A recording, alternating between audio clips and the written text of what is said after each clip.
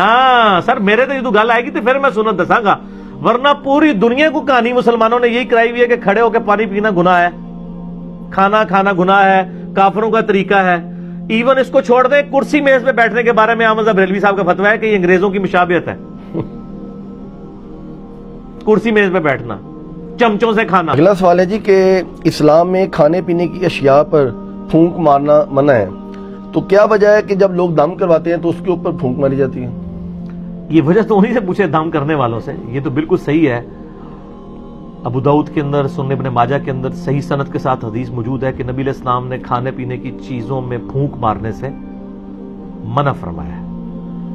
تو یہ دم کے لیے بھی، یعنی آپ تو پھونک کی بات کر رہے ہیں، لوگ تو یعنی اپنے بزرگوں کی تھوکیں ڈلواتے ہیں اور وہ سہارا لیتے ہیں بخاری اور مسلم کی احادیث سے۔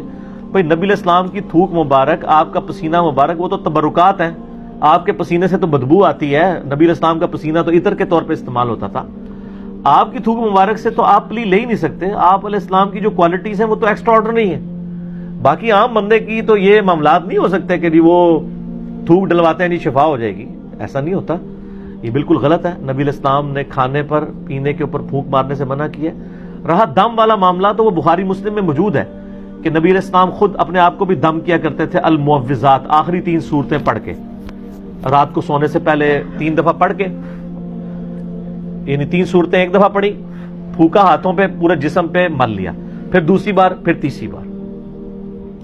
اور اما عائشہ کہتی ہیں کہ جب نبی علیہ السلام بیمار ہو گئے، بخاری کے الفاظ ہیں، تو پھر میں یہ صورتیں پڑھ کے آپ کے مبارک ہاتھوں پہ دم کر کے آپ کے ہاتھوں کو آپ کے جسم پہ پھیر دیتی تھی، اپنے ہاتھوں کو نہیں سر، پوائنٹ ٹو بی نوٹڈ، نبی علیہ السلام کے ہاتھ برکت والے، حضور کے ہاتھوں میں پڑھ کے حضور کے ہاتھوں کو جسم پہ پھیر دیا کرتی تھی۔ یعنی شیاطین، جنات، جادو اور نظر بد کے اگینسٹ یہ المعوذات، 3 پناہ دینے والی صورتیں ہیں، سورہ الاخلاص، سورۃ الفلق اور سورۃ الناس، قرآن حکیم کی آخری 3 صورتیں۔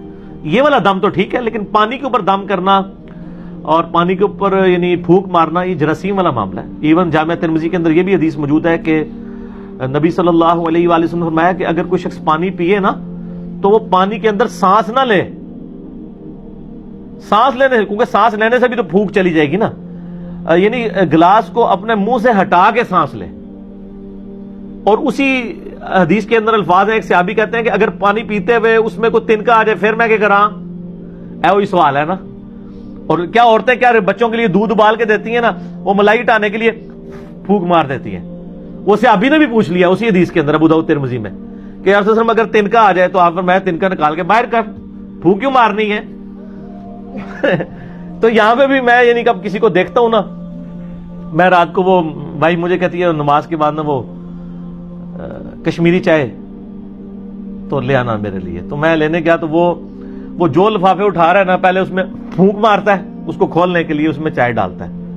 تو میں نے اس کو کہا یار یہ پھونک مارنا منع ہے، نبی علیہ السلام نے منع فرمایا، تم مطلب پھونک مارنی بھی ہے آپ یعنی باہر ویسے پھونک مار لیں، اس کو لفافے کو کھولنے کے لیے پھونک مارنے کی ضرورت نہیں ہے، لفافہ ایسے کھولیں اس میں چائے اڈیل لیں، یعنی آپ منہ سے کام جو کر رہے ہیں وہ آپ ہاتھ سے کر لیں۔ جو میں نے بتایا ابو داؤد ترمذی میں الفاظ ہیں، نبی علیہ السلام نے فرمایا ہے کہ تو نے تنکا ہٹانا ہے تو وہ ہاتھ سے ہٹا لے، پھونک نہ مار اس میں، اور سانس بھی نہیں لے گا، سانس بھی اس کے اندر پانی کے اندر نہیں لینا، ٹھیک ہو گیا؟ تو یہ پھونک مارنے والا غلط ہے۔ باقی وہ جو دم والا معاملہ ہے، پانی کے اوپر آپ دم نہیں کریں گے، اپنے ہاتھوں کے اوپر دم کریں، وہ تو سنت ہے، وہ ٹھیک ہے۔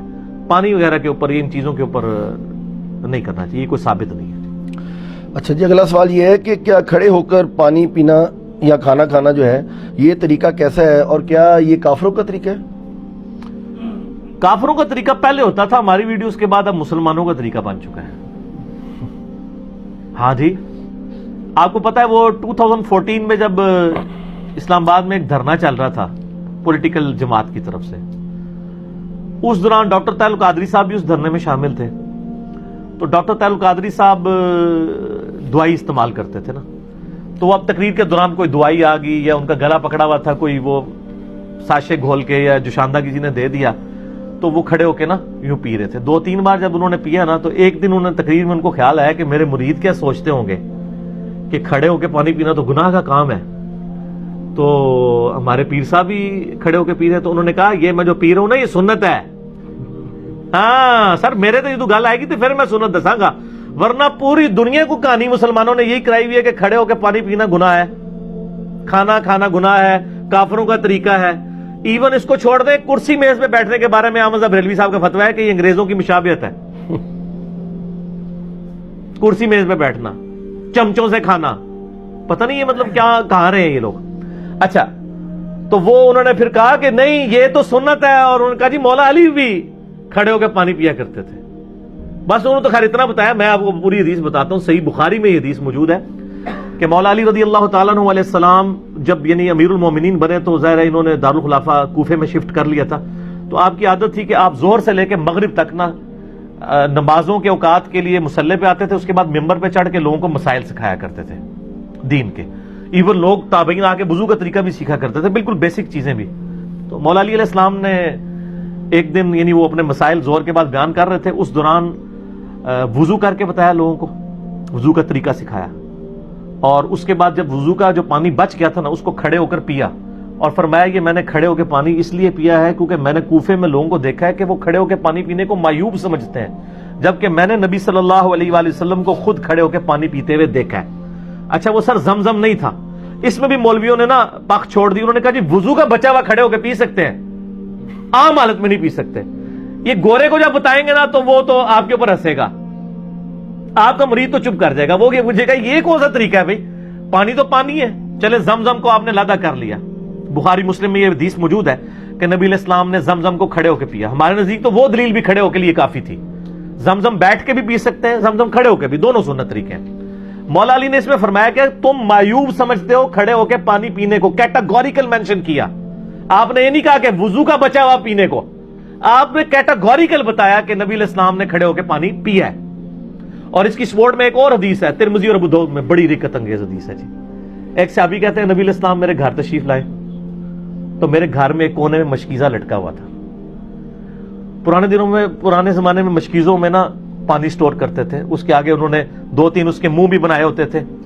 اچھا, تو کہتے ہیں نبی علیہ السلام نے نا وہ منہ پکڑ کے نا ایک تو اس میں سے پانی یوں کر کے پیا. کہتے ہیں میں حضور کو دیکھ رہا تھا, اس صحابی کا نام ہے کبشہ رضی اللہ تعالیٰ عنہ علیہ السلام. کہتے ہیں میں نے نظر رکھی ہوئی تھی, جیسے حضور فارغ ہوئے نا وہ میں نے منہ کا حصہ کاٹ کے نا اپنے پاس تبرکن رکھ لیا. مشکیزے کا منہ کاٹ کے انہوں نے تبرکن رکھ لیا کہ نبی علیہ السلام نے اس سے پانی پیا تھا. یہ ترمذی اور ابو داؤد کے اندر حدیث موجود ہے. اس میں بھی الفاظ ہے کہ نبی علیہ السلام نے کھڑے ہو کر مشکیزے سے پانی پیا, اس میں تو زمزم ہے ہی نہیں ہے, تو نبی علیہ السلام خود کھڑے ہو کے پی لیتے تھے. پھر جامعہ ترمذی اور ابو داؤد کے اندر حدیث موجود ہے کہ نبی علیہ السلام کے زمانے میں عبداللہ بن عمر کہتے ہیں ہم کھڑے ہو کے کھانا بھی کھاتے تھے اور پانی بھی پیتے تھے آپ کے سامنے. اور یہ وہ تابعین کو بتا رہے ہیں, کیونکہ جب کوئی بتاتا ہے کہ اس زمانے میں تو اس کا مطلب ہے کوئی ناسخ و منسوخ والا چکر ہی نہیں ہے. اور ایک اور حدیث ترمذی کے اندر موجود ہے کہ نبی صلی اللہ علیہ وآلہ وسلم کے زمانے میں یعنی آپ علیہ وسلم کے بارے میں خود آیا کہ آپ علیہ السلام کھڑے ہو کے پانی پی لیا کرتے تھے, اسے منع بھی نہیں فرمایا کرتے تھے. البتہ مسلم شریف کی ایک حدیث ہے کہ آپ علیہ السلام نے کھڑے ہو کے پانی پینے سے منع فرمایا. اور ایک اور حدیث ہے مسلم شریف کی کہ جو شخص کھڑے ہو کر پانی پیے تو وہ کیا کرتے, اس حدیث سے لوگ پلی لیتے ہیں, تو وہ حدیث منسوخ ہے. اس لیے مشکات میں آپ یہ دیکھیں گے نا حدیثیں ساری کٹھی ہیں, اس کے بعد وہ منسوخی والی حدیث ہے, یہ حدیث منسوخ ہے. آج کی ڈیٹ میں یہ منسوخ ہو چکا ہے, یعنی نبی علیہ السلام کا جو منع فرمانا تھا وہ منسوخ ہے. آپ نے خود کر کے بتایا, صحابہ کرام نے, عام صحابہ نہیں, امیر المومنین سیدنا علی نے, حضرت ابو بکر عمر عثمان تک بھی اگر کوئی حدیث چھپی ہوئی تھی تو حضرت علی کو تو پتہ ہی ہوگی نا, وہ تو ساروں کے ساتھ رہے. مولا علی نے اگر صحیح بخاری میں آتا ہے کھڑے ہو کے پانی پیا ہے تو پھر بات تو کلیئر ہوگی کہ کھڑے ہو کے پانی پینا اور کھانا کھانا یہ سنت ہے, یہ خلاف سنت نہیں, کافروں کا طریقہ نہیں ہے. اذان شروع ہوگی ہے مغرب کی, اذان کا جواب دیں انشاءاللہ. باقی کوسچن آنسر سیشن کا سلسلہ اذان مغرب کے وقفے کے بعد. آج جناب اذان مغرب کے وقفے کے بعد علمی و تحقیقی مجلس نمبر 39 میں آج 2 دسمبر 2018 کو سنڈے کے دن بقیہ کے کوسچن آنسر سیشنز کا سلسلہ شروع کرتے ہیں انشاءاللہ. اگلے سوالات جی اگلا سوال یہ ہے کہ پانی کو 3 سانس میں پینے کا طریقہ جو ہے وہ بیان کر دیں, کیونکہ آج کل ایک ویڈیو آئی ہوئی ہے کسی صاحب کی, تو وہ ایک گھونٹ جو ہے وہ غالباً 1-1.5 منٹ کے اندر پی رہے ہیں اور سانس بہت ان کو جو ہے نا وہ پھولتا ہے. تو وہ کہہ رہے ہیں کہ یہ اصل طریقہ ہے اندر جو ہے نا وہ, وغیرہ دنیا کا ہر بندہ جو پانی پی رہا ہے سنت طریقے کے مطابق بھی, تو اصل میں تو وہ پانی کا جو آپ کا اس کے دوران سانس آتا ہے تو وہ اندر جا رہا ہے. تو یہ پانی پینے کا طریقہ ذرا بیان اندر کیا ہے, وہ کیا کہہ رہے ہیں گلاس کے اندر, وہ کہہ رہے ہیں جب آپ اس طرح گٹاگٹ پیتے ہیں تو اصل میں وہ آپ کا ساتھ سانس بھی اندر جا رہا ہے.